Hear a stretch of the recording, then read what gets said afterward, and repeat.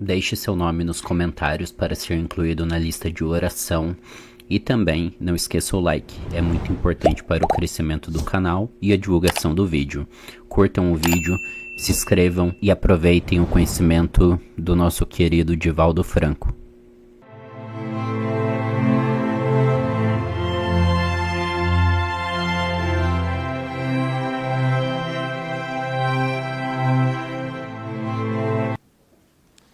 Senhoras, senhores, queridas irmãs, queridos irmãos espíritas, caras amigas, caros amigos que nos acompanham através da Web TV Mansão do Caminho, nossos votos de muita paz.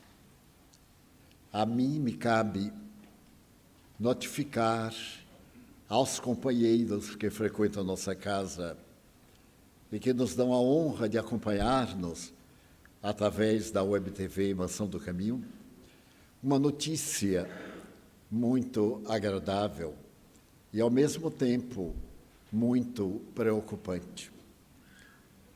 Quando começamos as atividades em Salvador, na assistência e no serviço social, fomos agraciados pela Câmara Municipal de Vereadores com o título de cidadão soteropolitano da cidade do Salvador.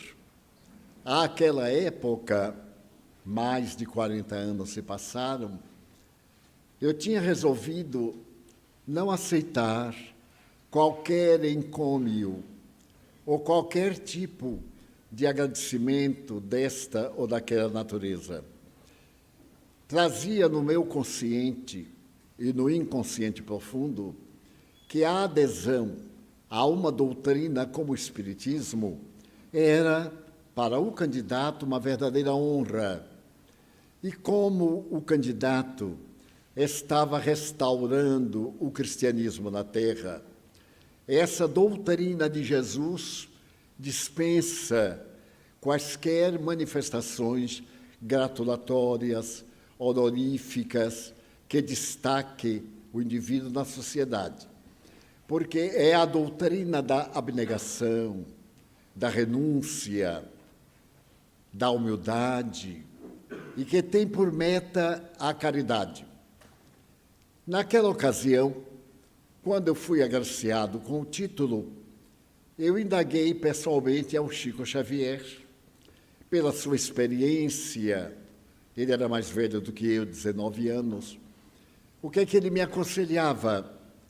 Eu havia tomado, no período do cristianismo inicial, os fariseus voltaram-se contra Jesus e ser cristão era um verdadeiro desafio.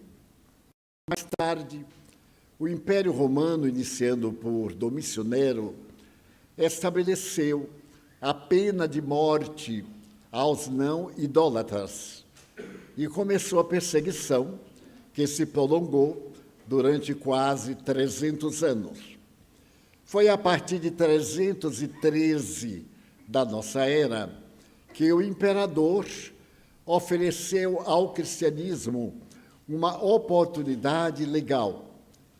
E através de um edito em Milão, no dia 13 de julho de 313, o imperador Constantino considerou que os cristãos podiam fazer parte do Império Romano e o Deus do cristão, que seria a encarnação de Jesus Cristo, era perfeitamente adotada dos templos pagãos.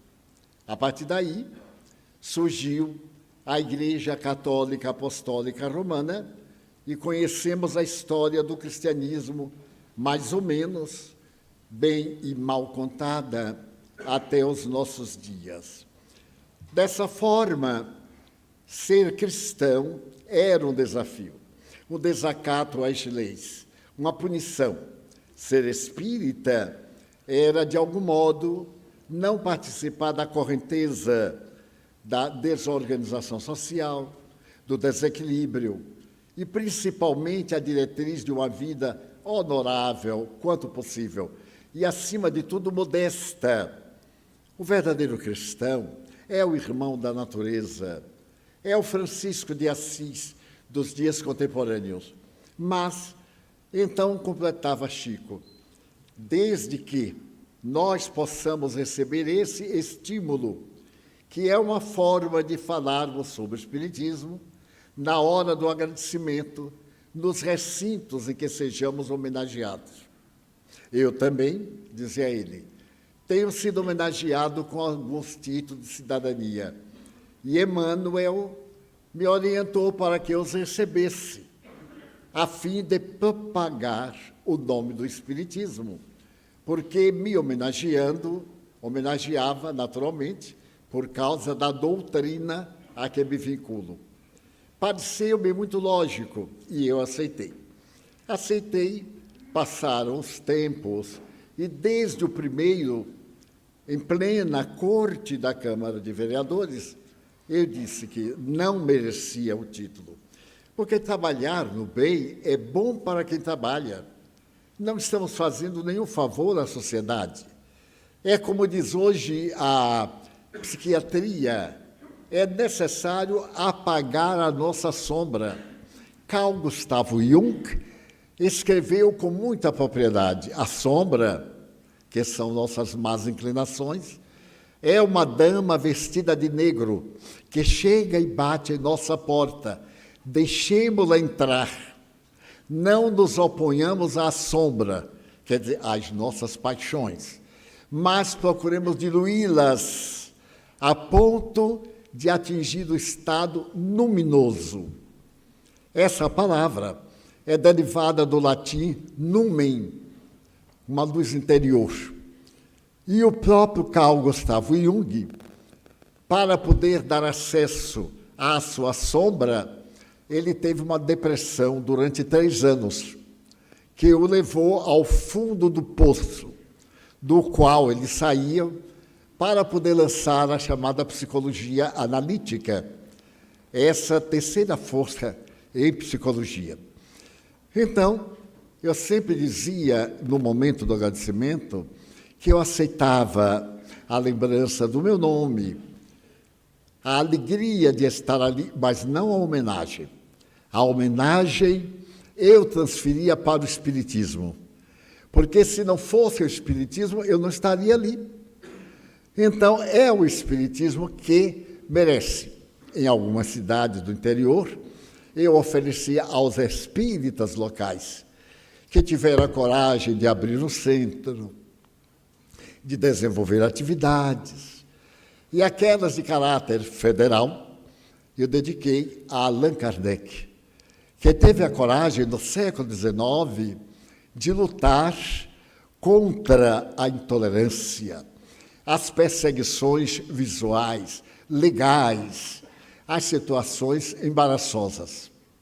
Este preâmbulo, porque a questão se foi complicando, e eu passei a receber muitas dessas homenagens, que transferi todas, mais de 900, para o Espiritismo, não aceitando absolutamente nada, senão diploma, que nunca exibi a ninguém, a comenda, as medalhas, que nunca usei, só no momento e não mais, mas com o tempo me fui acostumando. E recentemente, no ano passado, eu recebi uma comunicação do Itamaraty, em Brasília, que eu havia sido homenageado com uma comenda, apresentado o meu nome por um grande ministro, o ministro do exterior das nossas nações, que era espiritista e que, por essa ou aquela razão, achava que seria bom para mim receber essa homenagem do governo federal. Eu silenciei e sequer agradeci. No mês de dezembro, o senhor ministro comunicou-me que havia, naquele mês, em data adrede anunciada, a entrega dessas comendas. E eu aproveitei para não ir. Estava um pouco quebrado de energias. E então passei uma procuração ao nosso irmão João Pinto Rabelo, em Brasília, para que ele a recebesse por mim. No entanto, o Itamaraty respondeu que aquela medalha era intransferível e era entregue pessoalmente pelo presidente da República. E era diretamente ao indivíduo. Então, eles não me dariam naquele ensejo e, quando fosse possível, acertaríamos uma data e eles me mandariam a comenda. Porque eu dizia que na Brasília era muito difícil, porque, em realidade, para ser honesto, eu não tenho o menor interesse. Não é indiferença, é um grande respeito para não confundir doutrina espírita com qualquer ramo de política de qualquer natureza. Na semana passada, nós recebemos da equipe do Itamaraty a notícia de que o senhor presidente da República passaria hoje pela manhã em Salvador e ele desejava entregar-me pessoalmente a medalha naquela passagem às 10 para 11 horas da manhã. Se eu poderia ir à base aérea para essa homenagem.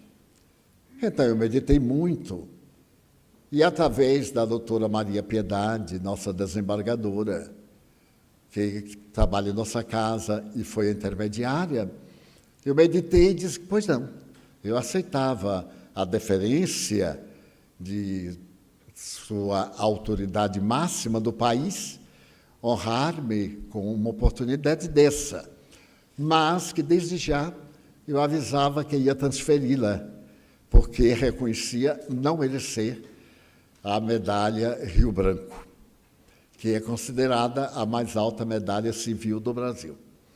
Passaram-se os dias da semana organizando o cerimonial e hoje, com 8 pessoas, o nosso presidente, senhora, e mais alguns pouquíssimos membros de nossa casa, fomos à base aérea para poder assistir à solenidade. Para nossa surpresa, estava praticamente uma grande representação do Itamaraty, principalmente a do seu ministro, o ministro das Relações Exteriores, que foi o autor da solicitação, e mais 2 outros ministros de Estado, inclusive o ministro da Cidadania e alguns embaixadores e algumas outras pessoas representativas lá na base militar da Aeronáutica. O senhor diretor da base, outras autoridades da Aeronáutica. E então nós ficamos na expectativa. Estamos no ano de eleição. E muitas pessoas irão dizer que se trata de um golpe de natureza eleitoral, em absoluto. Porque foi muito antes de que as eleições estivessem próximas. Depois, não vai render nada para o colégio eleitoral. Primeiro, porque eu não sou político, não faço política, não me refiro à política aqui dentro, e os senhores são as testemunhas, que eu nunca falei, nunca apresentei qualquer nome, nunca citei o nome de um candidato, mesmo en passant. Mas devemos ter muito cuidado, porque é uma hora de incompreensões, de maledicências, de fake news, de mentiras oficiais, e tomamos as precauções que são justas. Não comunicamos a ninguém.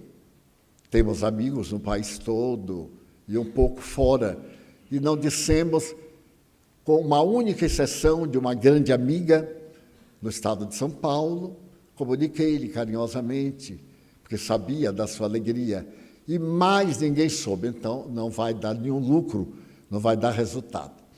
Mas o que eu desejo acentuar é que ficamos à sala conversando com as autoridades sobre temas do Brasil, fazendo uma abordagem a respeito da educação dos presidiários, de atividades que um dos ministros cuida com os portadores de toxicomania, os jovens, os adultos atormentados, outras questões também de muita importância, a pobreza que no mundo e em nosso país multiplicou-se, os sem-teto, não da organização sem-teto, pessoas que dormem na rua.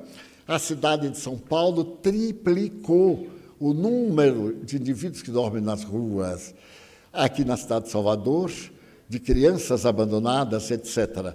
Então, eram conversas edificantes, objetivando estimular as autoridades ao cumprimento do seu dever. Em um grande clima de simpatia, quando entrou o seu presidente. Tão espontâneo, porque estava aqui em Salvador, na cidade, e eu próprio tomei um choque muito grande de vê-lo tão espontâneo. Então, disse, mas, presidente, o senhor mata a gente de choque, porque eu não esperava. Aquilo tem um ritual, tem um protocolo muito rígido pelo Palácio de Itamaraty, e ele entrou bem à vontade, foi logo abraçando todo mundo, e começamos a conversar sobre a questão em pauta. Ele estava vindo do seu encontro com futuros simpatizantes, e ali estava para a solenidade. A solenidade foi brevíssima, foram 28 minutos. Então se cantou o hino nacional, e eu me lembrei dos jogadores de futebol, coitados, né? Que ficam batendo a boca. Felizmente, de quando em quando eu releio, porque eu aprendi quando tinha 12 anos, naquela época, há alguns séculos, e até hoje, numa viradinha, a gente pode se enganar. Então, fico bem tenso na hora do hino nacional. E depois começou a solenidade, ele disse umas palavras sem nenhum toque de eleição, de política, falou da sua satisfação de ver que todas as religiões, e era o que eu desejava, colocaram o espiritismo na pauta das religiões, o que fizemos na ONU há 22 anos.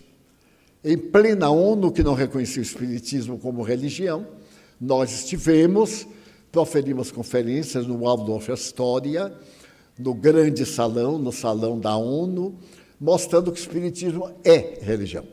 E a partir daquela data, o espiritismo está na ONU como também uma religião.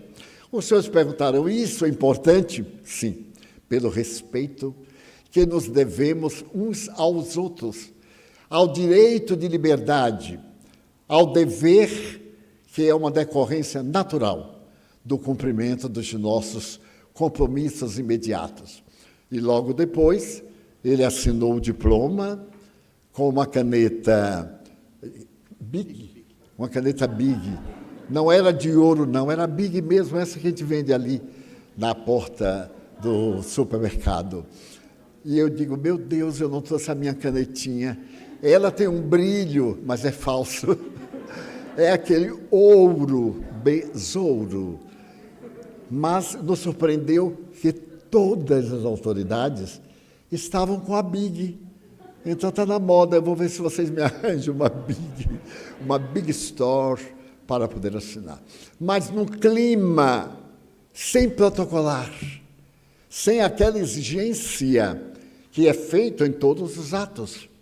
A naturalidade com que Sua Excelência falou, a gentileza, a cortesia, o respeito do cidadão, o futuro do Brasil, e logo depois me pediram para agradecer, que é protocolar, e eu declinei da honra de ser uma pessoa que fosse homenageada de tal natureza para transferir para o Espiritismo, numa data fantástica, 2 de julho, a data da liberdade, em que a Bahia se liberta, e fiz uma ponte quântica com a Revolução Francesa, a liberdade, a igualdade, a fraternidade e a necessidade de sermos pessoas conscientes dos nossos deveres. E quanto à homenagem ao Espiritismo, porque hoje evocávamos aquela liberdade conseguida por Maria Quitéria, baiana, pela Madre Joana Angélica de Jesus, baiana, nossa querida mentora Joana de Ângeles, as lutas da independência de julho de 1823. Então, foi assim um momento muito rápido, logo foi encerrado, vieram os abraços, etc. Voltamos para casa. E como alguns daqueles senhores eram espíritas interessados em conhecer a mansão, o nosso presidente abriu a nossa casa para homenageá-los com um almoço e visitarem os nossos departamentos, que, vamos fazer uma análise, ficaram deslumbrados, porque é uma experiência espírita única. Nós temos aqui a doutrina espírita e temos mais quase 50 prédios do outro lado dedicados ao serviço da dignificação humana, da cidadania. Nós estamos construindo cidadãos. Como falei aqui há meses a respeito do Enem, que numa população de quase 3 milhões de candidatos, alguns nossos aqui do Pau da Lima alcançaram nota máxima, 94. Estamos com uma na Faculdade de Medicina Federal, em outros órgãos federais, sem pagar nada, pela nota altíssima do Enem, considerando que nosso curso intermediário tem apenas 3 anos e fez o primeiro aniversário agora de dar o diploma final, nesse ano, quando o ano começou. Então, voltamos para casa com eles, conversando agora sobre Espiritismo. Esta ciência monumental, é provável que alguns confrades e amigos interpretem como uma imensa vaidade. Mas eu desejo só lembrar que Jesus disse que nos devíamos submeter às leis, mesmo quando injustas. Então, seria de uma deselegância e uma grosseria inenarráveis, por uma questão política que vige aí fora e não aqui dentro, não temos partido, nós recusarmos esta homenagem que foi para o Espiritismo. E como a nossa internet adultera os acontecimentos, eu preferi narrá-los eu mesmo para todo o país e para o mundo, porque nós estamos no ar, o detalhe de que, de maneira nenhuma, houve qualquer contato comigo, quer com o senhor presidente, quer com qualquer autoridade. Quando nós soubemos, já havia sido conferida a medalha e aguardamos somente um momento, que para nós tem a significação de que o Espiritismo cada dia se apresenta para lutar contra o maior adversário da humanidade. Permitam-me repetir Allan Kardec. O Espiritismo é o maior adversário da iniquidade e do materialismo, porque ele traz o Cristo Jesus de volta à imortalidade, à cidadania, o direito de pensar, de servir. E para poder coroar esse direito de servir e de pensar, uma das minhas viagens ao sul do Brasil, há aproximadamente 20 anos, eu visitei uma cidade que já me era muito familiar. O espiritismo naquela cidade era muito combatido. E, através de um amigo, eu tive uma entrevista na televisão local do sul do país. A entrevista era com um homem notável. Naquela época, ele era deputado federal e era considerado um dos maiores âncoras do Brasil. A entrevista era estar na televisão e o público fazer a pergunta que quisesse e eu dar a resposta espírita. Naquele período, foi um período de muita briga pela televisão e de pessoas que armavam ciladas, como aqui em Salvador, colocaram 10 materialistas, inclusive abortistas, e eu era o entrevistado. e todos torpedeando. E para honrar o Espiritismo, atendemos a todos. E o âncora pediu desculpas e apresentou suas considerações. Então fizemos abordagens, psicografamos de público, psicografamos mensagens de desencarnados na cidade. E houve um fato muito interessante, é que o entrevistador era materialista total. E na hora que eu cheguei, ele me disse assim, olha, senhor Divaldo, eu aqui desmascarei uma médium argentina. O senhor não está preocupado? Eu disse, não. Primeiro, porque não uso máscara. A cara é feia, mas é a minha cara. Eu não mudo. E depois, porque eu vim a convite. E na minha terra, quando se convida alguém, trata bem. Se o senhor não me trata bem, eu me levanto e vou embora. Não estou ganhando nada. Eu sou o salário do senhor. Porque se o senhor não me entrevistar, não tem público, não ganha dinheiro. Então eu exijo que o senhor me respeite. Logo de cara. E era um homenzinho bem antipático. Eu também devia ser bem antipático. Então, 2. E fiquei tenso, como era natural. Porque a gente é a vítima. Uma pergunta bem hábil, a gente pode tropeçar. Mas fomos. E a primeira pergunta que ele me fez foi esta. Há espíritos aqui? Eu disse, senhor. Poderia dizer o nome de alguns? Eu, então, tranquilamente, disse os espíritos que estavam. Eles me deram os nomes. Eu disse, mas houve uma coisa muito curiosa. Um espírito me disse que se tratava de um ilustre advogado daquela cidade e que havia sido professor de direito. E eu disse, ingenuamente eu disse, o entrevistador então bateu assim a mesa e disse, mas isso é uma farsa, porque o doutor fulano é muito conhecido aqui. Até um varredor de rua sabe que é ele. Eu fiquei muito tranquilo e disse, bem, mas eu não sou varredor de rua. E também não sou uma pessoa qualquer. Sou uma pessoa especial, convidado pelo senhor para uma entrevista. Cheguei de avião às 18 horas e às 19 eu estou aqui. Então não tive tempo de consultar ninguém. Se há alguma mentira, é dele. Os espíritos também são mentirosos, porque são as almas que viveram na Terra. Ele disse, mas, senhor Divaldo, como é que eu posso ter certeza? O pai dele me apareceu e me disse assim, vamos arrasá-lo? Eu disse, vamos. Dei aquela risadinha assim de perdão, de tudo. Disse, vamos. E disse, eu estou vendo aqui um senhor que me disse ser o seu pai. Ele disse que se chamava fulano de tal. Mas me disse uma coisa muito curiosa, que ele era o chefe da tribo. Quando ele morreu, ele nomeou o senhor como o seu testamenteiro. E o senhor, na hora que foi ler o testamento, sentou-se à mesa de sua casa, que tem 8 cadeiras, e olhando a cadeira que ele sentava, disse, o pajé não está sentado hoje. Ele foi ficando pálido. E eu, então, fui bem devagarzinho com o punhal da fé. Eu disse, ele então falou que o senhor lamentou isso. Ele disse, repita o nome dele.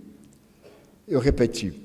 E ele veio acompanhado desse mestre do direito, que foi o seu professor na universidade.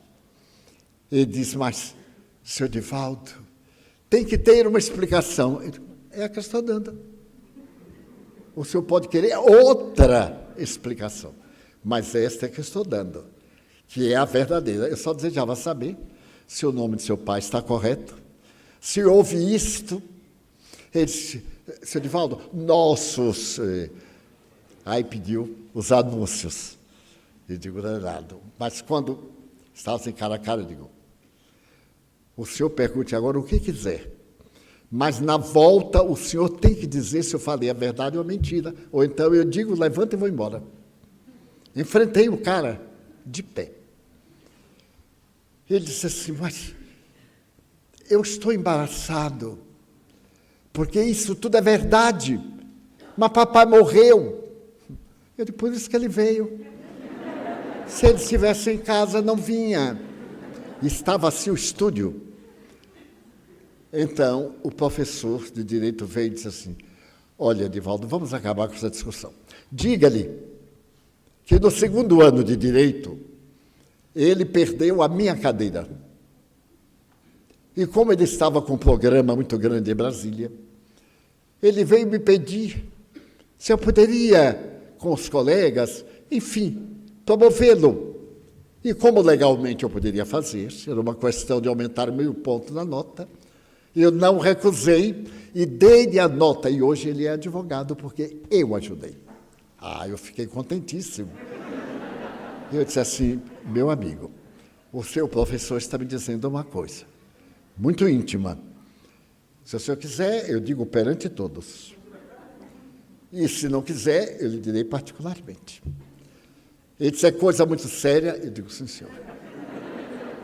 É a respeito daquela prova. Ele logo disse, nem vá adiante. Porque era impossível eu saber de um acontecimento desse. Aí ele ficou meu super amigo, amicíssimo. E para confessar aos senhores, a questão tomou um rumo estadual, porque as pessoas acompanhavam pela televisão. E aí eu tive que dar outra entrevista na televisão e outra. E graças a esse senhor, eu fiquei muito conhecido no Estado. Nesse ínterim, ele soube que nós tínhamos a Mansão do Caminho, uma obra social. E ele resolveu vir conhecer a obra social. Então veio. Era um excelente escritor, era redator de um jornal local, ele visitou a mansão, voltou e escreveu um artigo sobre as crianças da Mansão do Caminho. O método de Piaget que nós aplicávamos naquela época, o período áureo de Maria Montessori, mas nós já aplicávamos Piaget, que eu havia tomado conhecimento na Suíça, na casa de um aluno de Piaget, o Dr. Ré. Então, aplicamos aqui e eles ficaram deslumbradíssimos, ele principalmente. Mas quando ele veio, ele me disse, Edivaldo, eu nunca assisti uma sessão mediúnica. Você pediria para eu assistir? Eu disse, pois não. Pedi e a nossa mentora permitiu. Nessa sessão, eu recebi para este homem uma mensagem escrita. A mensagem era firmada por um senhor de uma das cidades daquele estado. Esse senhor havia deixado para a sua família uma fortuna, mas o processo começara e estava estagnado já fazia 28 anos. Os herdeiros diretos já haviam morrido. E agora eram os netos, etc. E o homem, para poder convencer, disse, eu estou sepultado no cemitério tal da cidade, da sepultura número tal. Então, eu li a mensagem para ele e dei. Eu não soube o que é que ele fez da mensagem, senão 3 anos depois, quando eu voltei à cidade, e ele pediu para ser meu apresentador. E aí disse, eu vou apresentar o Edivaldo Franco da seguinte maneira. Ele recebeu esta mensagem. Aqui está. Mas quando eu cheguei ao Hotel da Bahia, quando era o Hotel da Bahia, e então telefonei para a cidade pedindo que um repórter fosse ao cemitério e fotografasse essa sepultura. E o repórter foi e não achou a sepultura. Eu fiquei abalado. Porque o Senhor pedia para eu interferir junto ao juiz desembargador para liberar o processo que estava sobre a mesa dele. Todo o processo chegava, botava em cima. E ele jamais alcançava, porque ia naturalmente resolvendo os que chegavam e o processo estava lá parado. E por que eu peço a você? Porque ele, o desembargador, foi seu padrinho de casamento e você tem amizade com ele e a minha família está precisando. Então, quando ele recebeu que não tinha a sepultura, ele voltou à sua cidade, ele foi ao cemitério verificar e não tinha. Então, de lá, inocentemente, ele telefonou: Divaldo, aí pergunta para fulano, qual é mesmo o número da sepultura? Eu disse: olha, é muito difícil eu evocar, ainda mais de manhã. Os espíritos de manhã são preguiçosos. E o espírito gosta de noite, meia-noite, que é a hora de quem morreu. Mas o espírito me apareceu e disse: há um detalhe. Em 1934, quando eu morri, era chamado cemitério tal. Mas agora, a área foi vendida e uma terça parte do cemitério passou a ser Terceira Ordem de São Francisco. É nessa área, não é na outra. Ele disse: eu vou agora lá, com um grupo de fotógrafos. E foi. E lá estava o mausoléu, a data do nascimento, a data da morte. E aí ele fotografou, fizeram até uma novela na cidade, de casos espantosos do mundo espiritual. Ficamos muito amigos. E, naturalmente, surgiu, entre alguns irmãos protestantes, que era Satanás.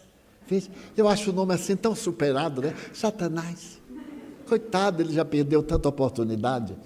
Há 30 anos, ser médio de Satanás, ainda mais na Bahia, era ter força. Menininha do Gantuá estava encarnada, nossa querida parceira espiritual. Muito bem. O desembargador telefonou para a televisão e disse: vocês combinaram, porque me faziam as perguntas e eu respondia, porque os espíritos respondiam. Ainda estava formulando a questão e eles já me diziam. E então o senhor desembargador disse: é uma farsa.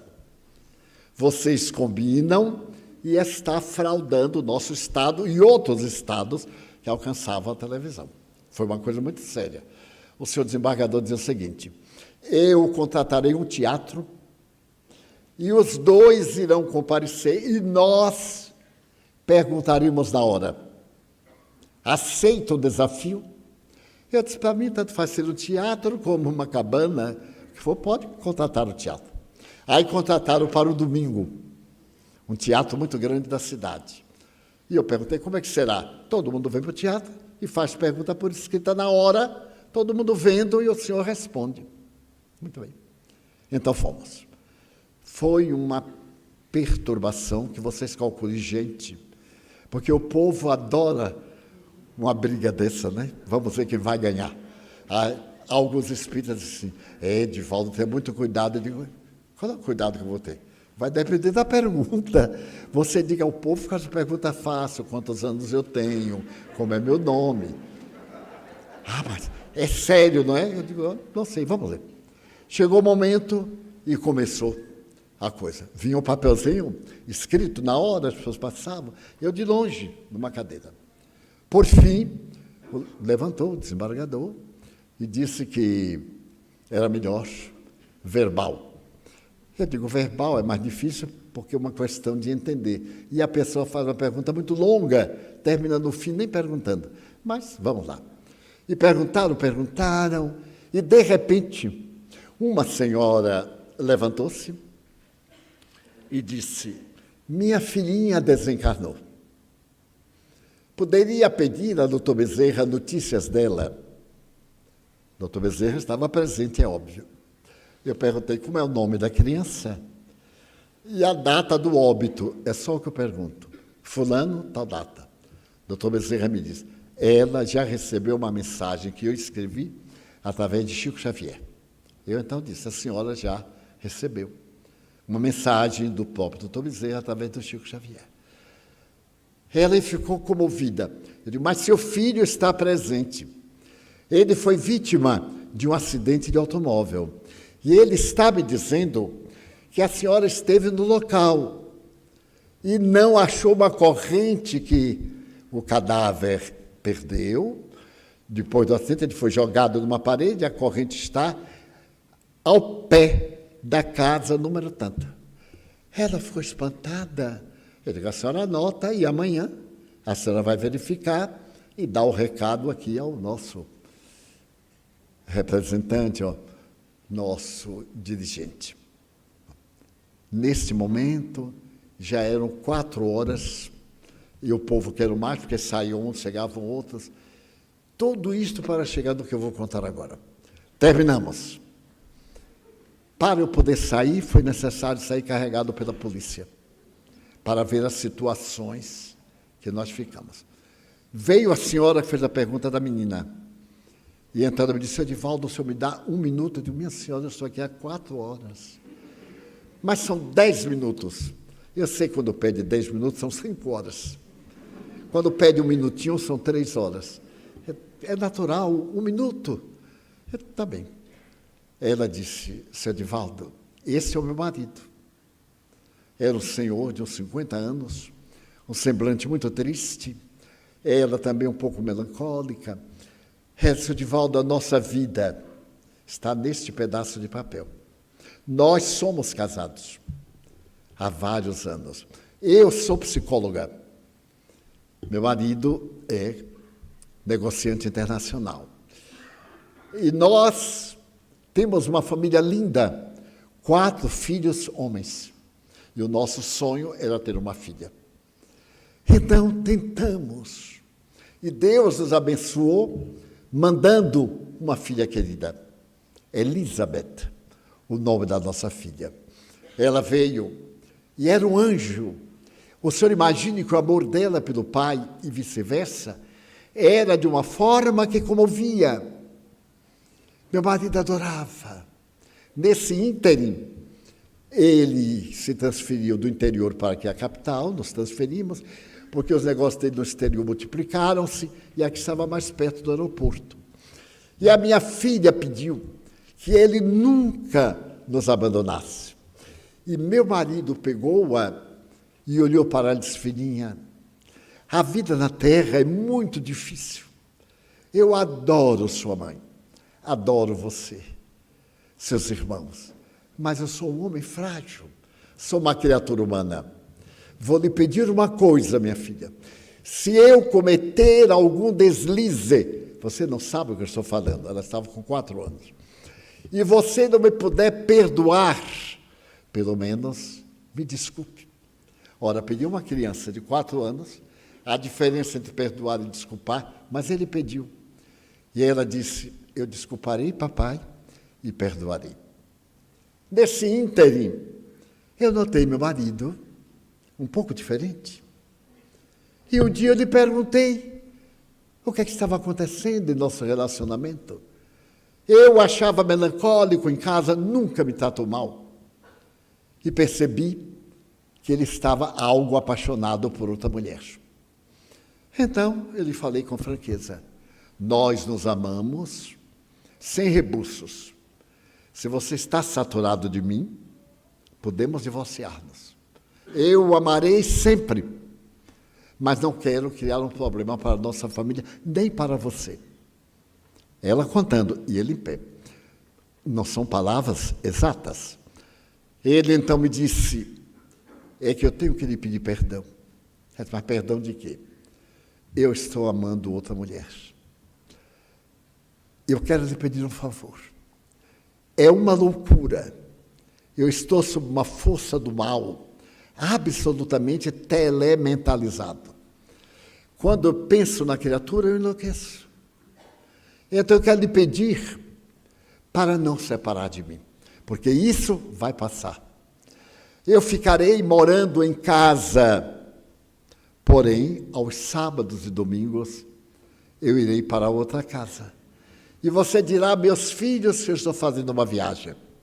Você é capaz? E ela continuou.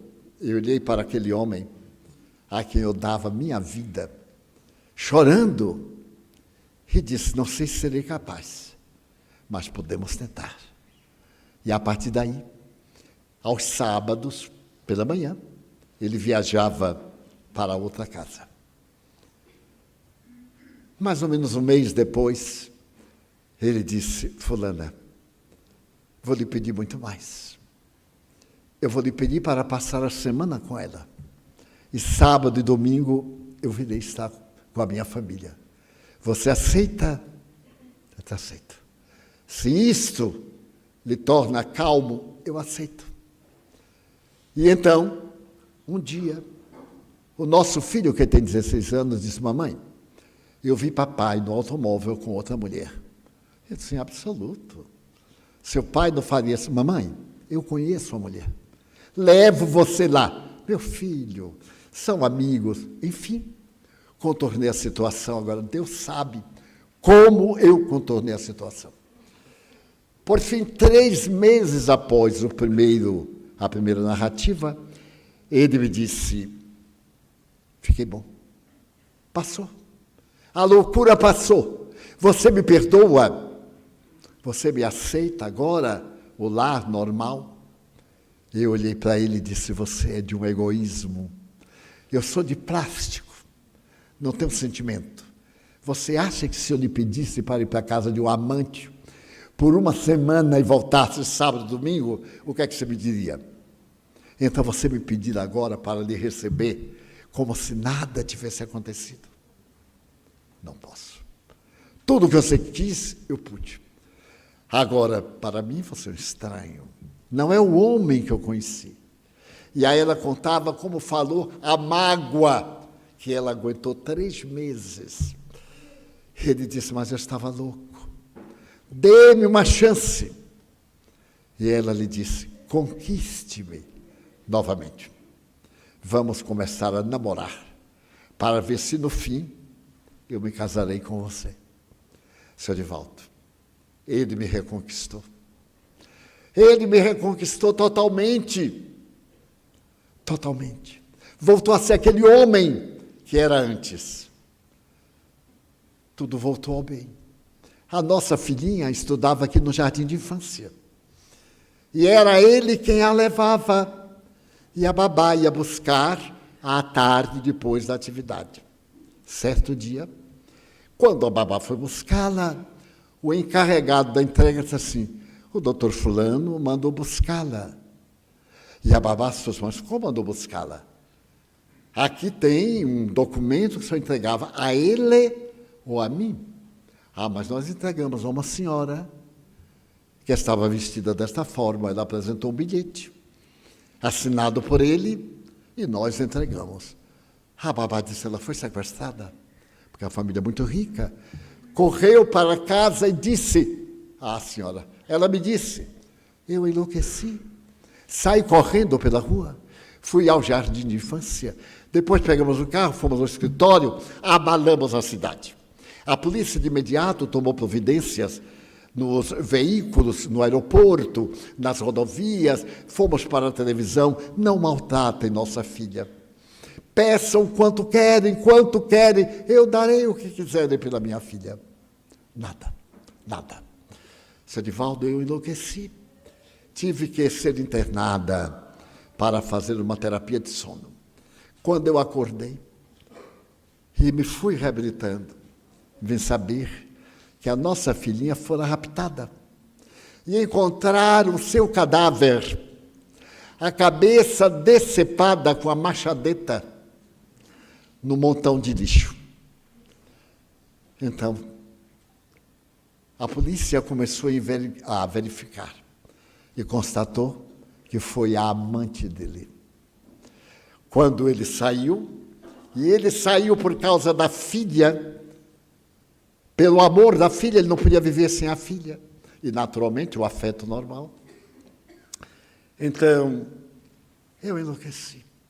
Minha filha, a fera, como foi chamada a mulher, a cidade se movimentou para linchá-la. Tiveram que mudá-la para uma cadeia numa cidade do interior. Mas você pode imaginar, quando eu soube, ele disse: foi você que matou nossa filha. O seu crime de adultério, você matou nossa filha. E ele, então veio o médico, veio o padre, disse: é a vontade de Deus. Eu disse: mas que vontade? Assassinar uma criança de 4 anos, com um machado. Não me conformei. Alguns dias depois, uma amiga minha disse: fulana, você é católica, Mas eu tive um drama, meu filho morreu num desastre de automóvel. E eu enlouqueci também. Mas aí eu fui a Uberaba, e meu filho voltou, escrevendo-me uma carta espiritual. Vá visitar Chico Xavier. E ela me disse, eu não sabia quem era. Nunca ouvira falar deste homem. Eu não queria saber de nada. Então meu marido persuadiu-a, pegou um dos seus aviões, fomos a Uberaba.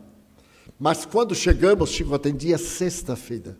Chegamos quinta, a fila era enorme, já estava ali há 2 dias e 2 noites. Ele atendia os primeiros 40, um a um. Ora, não havia possibilidade nunca. Eu então cheguei na fila e disse, eu dou, naquele tempo, 10.000 cruzeiros. Ah, quem me der o lugar na fila? Todo mundo me olhou assim, 10.000 cruzeiros.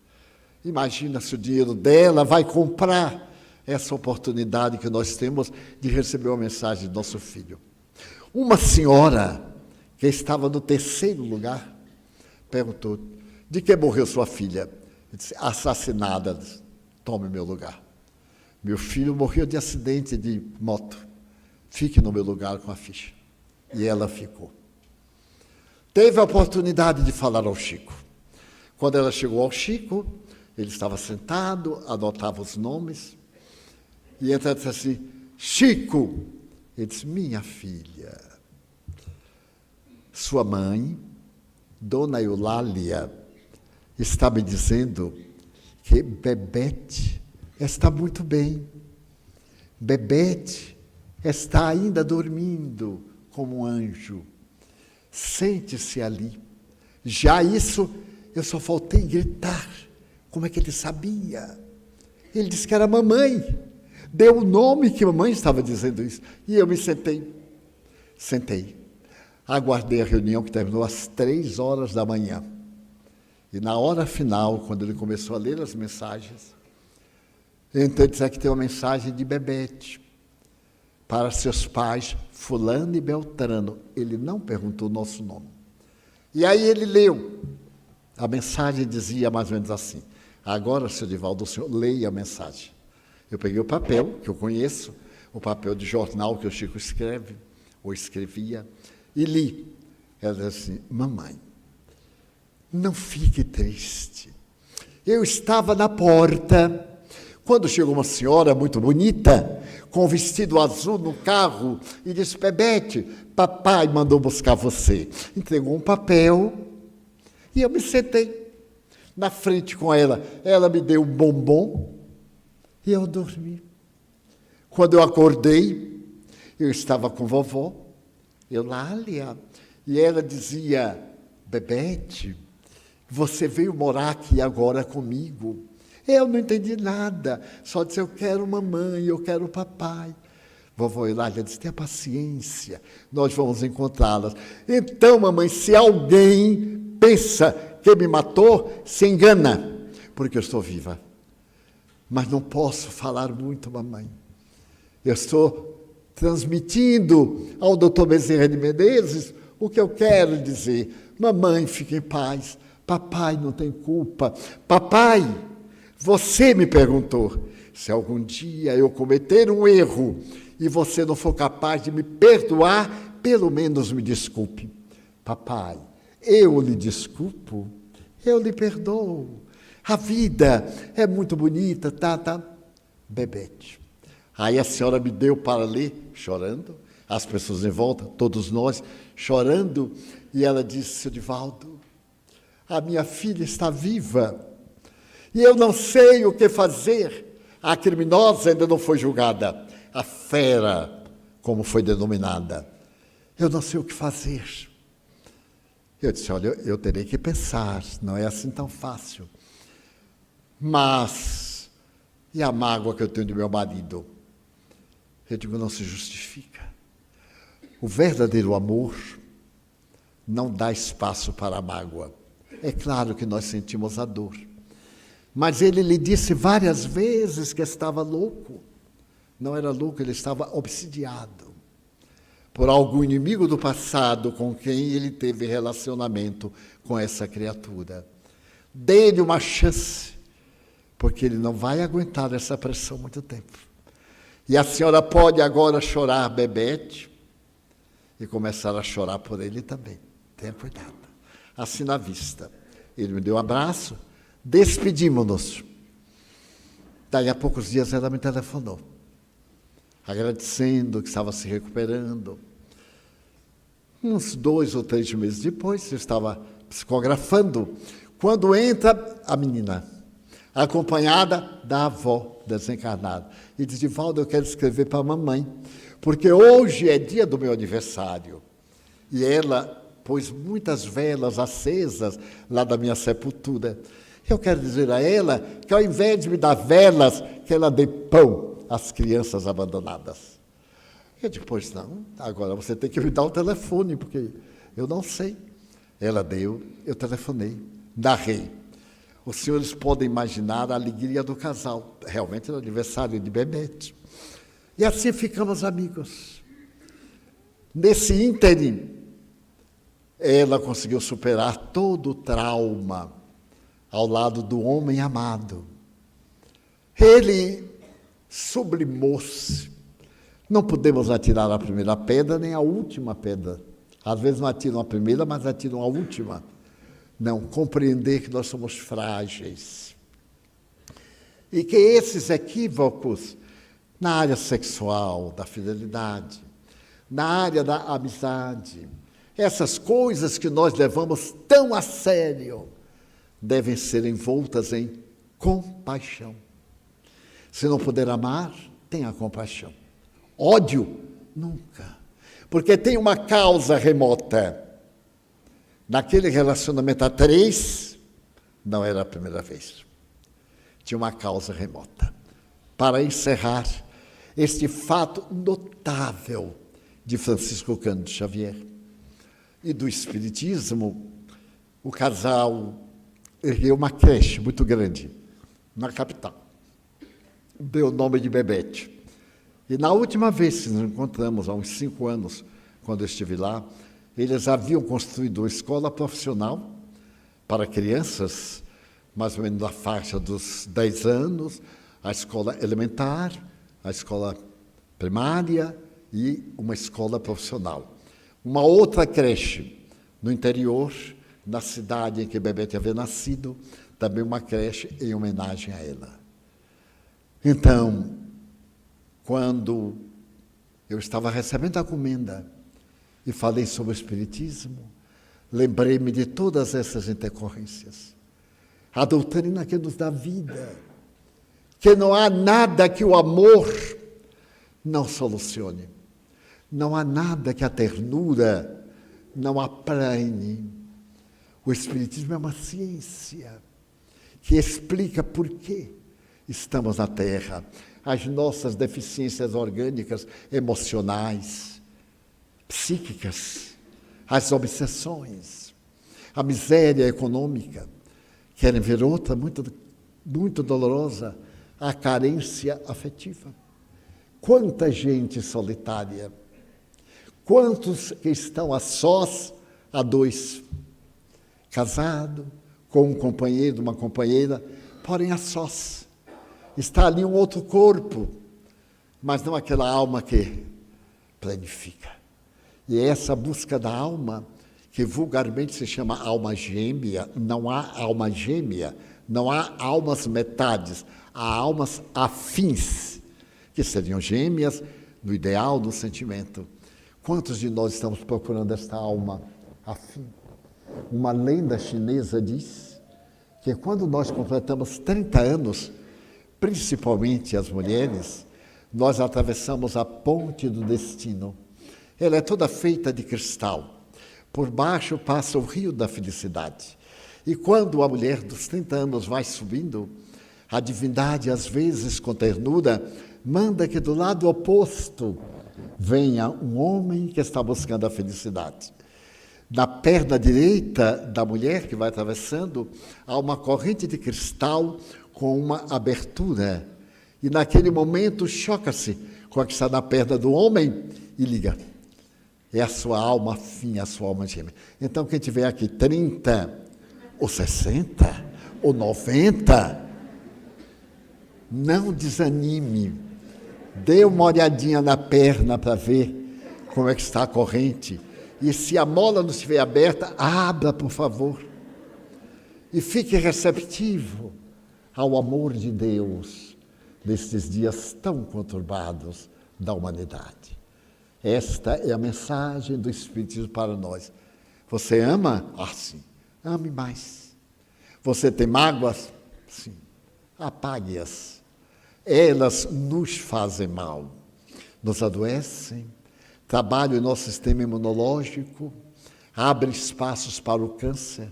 Nós ouvimos aqui um especialista em DNA, que na terça-feira falou para nós, ou melhor, na quinta-feira, a doutora Betânia, falando do DNA, do perispírito, do espírito, numa ligação notável da ciência neurológica. Então, abramos nossas almas no relacionamento familiar. Todo casal tem período difícil. E o período difícil é para provar o amor. Como é que nós vamos demonstrar nosso amor sem a oportunidade da paciência, da misericórdia e até da compaixão? Daí, formulamos votos para que todos saiamos hoje com a alma entretecida de amor e, na pior das hipóteses, de compaixão. Vamos orar e pedimos aos médiuns para que, em nosso entorno, apliquem passes.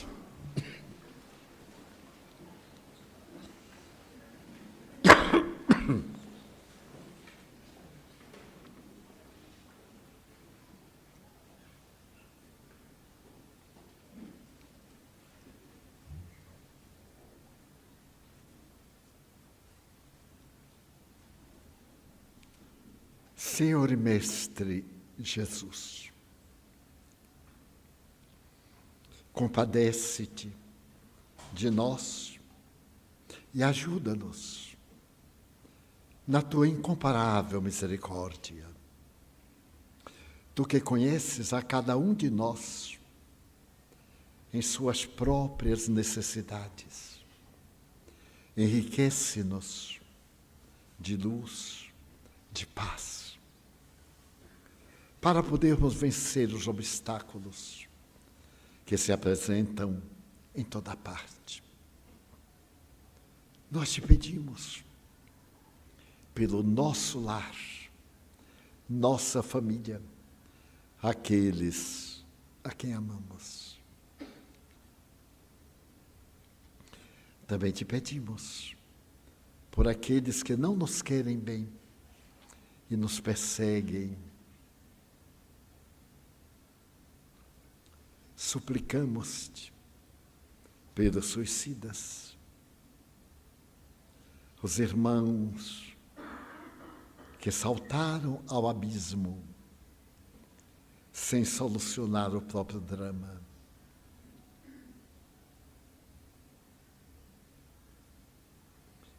Pedimos-te pela nossa casa, este reduto de paz e de amor que nos confiaste para a conquista do reino. Ajuda-nos, amigo, a manter de portas e alma abertas nosso templo, os necessitados, os filhos do Calvário, que tu nos encaminhas, a tua clientela, Jesus. Também te pedimos por todos os que sofrem, pelo nosso Midani,